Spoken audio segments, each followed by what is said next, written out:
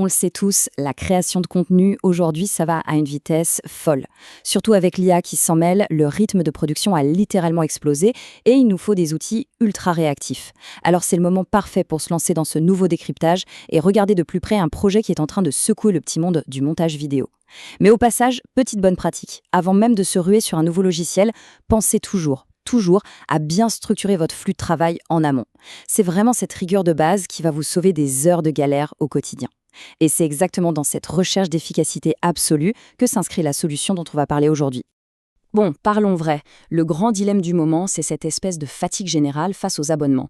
On doit produire plus, d'accord, mais se retrouver enfermé dans des écosystèmes ultra rigides, avec des paiements mensuels qui s'accumulent ou des limites d'exportation hyper frustrantes. Ça devient usant. L'envie de faire sauter les verrous est palpable partout. D'ailleurs, petit conseil de pro en passant, prenez le temps, au moins une fois par an, de faire un audit complet de tous vos abonnements logiciels. Regardez le retour sur investissement réel. Vous verrez, éliminer le superflu redonne une marge de manœuvre financière indispensable pour vos projets. Et c'est pile dans cette zone de frustration qu'OpenCut débarque. Le contraste est pour le coup assez radical.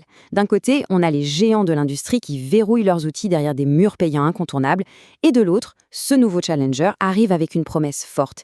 Il est 100% gratuit et 100% open source. Rien que ça. Ça casse complètement les codes habituels face aux mastodontes du marché. Et très franchement, se pencher sérieusement sur des solutions open source, c'est une excellente pratique pour réduire drastiquement ses coûts de production tout en gardant la main mise totale sur son travail. Alors, sur quoi repose ce projet ? Ils ont 3 grandes priorités, simples mais redoutables. Numéro 1, la confidentialité. Ce n'est pas un petit détail par les temps qui courent, c'est d'ailleurs une excellente habitude à prendre. Privilégiez des workflows qui garantissent la souveraineté de vos données, surtout si vous manipulez des rushs professionnels ou sensibles. Ensuite, la rapidité. Ils misent tout sur des performances brutes pour éviter ces fameux ralentissements insupportables en plein montage. Et enfin, des outils simples et modernes, pensés pour que l'aspect technique s'efface complètement devant la création. Côté accessibilité, ça donne quoi ? L'idée, c'est de pouvoir monter de n'importe où. Que vous soyez sur une grosse station de travail pour des tâches lourdes, sur un smartphone pour éditer un truc en vitesse dans le train, ou même directement via un navigateur web, tout est prévu pour une fluidité totale. Les barrières matérielles disparaissent.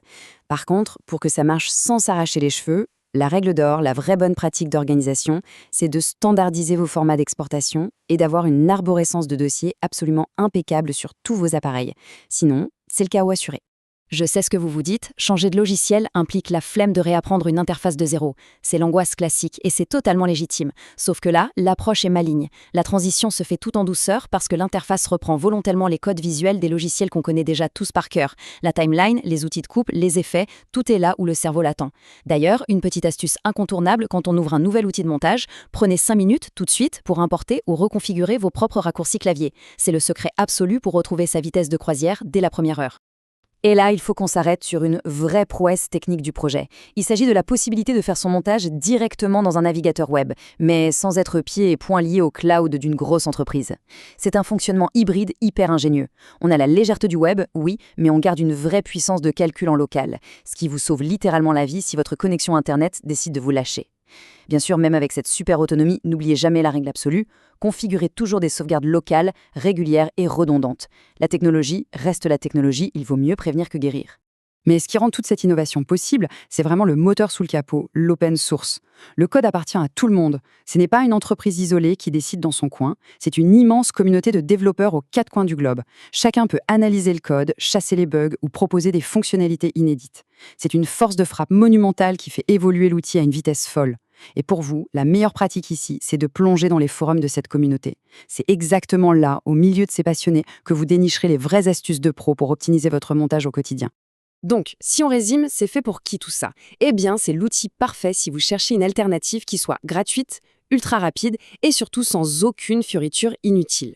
Face aux logiciels traditionnels qui peuvent parfois ressembler à de véritables usines à gaz très gourmandes en ressources, cette légèreté fait un bien fou. Une excellente stratégie de production aujourd'hui, c'est d'ailleurs de dédier ce type d'outil hyper léger exclusivement au montage nerveux, style vidéo courte pour les réseaux sociaux. Ça permet de bien compartimenter le travail et d'alléger considérablement l'ensemble de votre post-production. Après, restons totalement objectifs 2 minutes. OpenCut traverse actuellement sa phase d'évolution. C'est fascinant à suivre de l'intérieur, mais ça reste un logiciel en pleine croissance. En termes de maturité globale, de stabilité absolue ou de fonctionnalités ultra avancées, ça ne boxe logiquement pas encore dans la même catégorie que les mastodontes historiques du secteur. Le conseil de base face à ce genre de nouveautés émergentes, c'est de faire vos armes dessus avec des projets personnels ou secondaires dans un premier temps. Testez-le, poussez-le dans ses retranchements et évaluez ses limites avant de lui confier vos projets les plus importants. L'arrivée d'un projet aussi ambitieux, poussé par une communauté mondiale, vient inévitablement bousculer l'ordre établi. Et ça nous amène à une question fondamentale, absolument passionnante pour l'avenir de la création. Est-ce que les outils open source finiront un jour par égaler, voire par surpasser définitivement le niveau d'excellence des logiciels professionnels payants? C'est clairement un des grands enjeux de la décennie qui s'ouvre. Le mouvement du livre est lancé et il promet de transformer radicalement notre façon de concevoir et de produire nos contenus. C'est sur cette grande réflexion que se termine notre décryptage du jour et il sera captivant de voir comment tout cela va évoluer.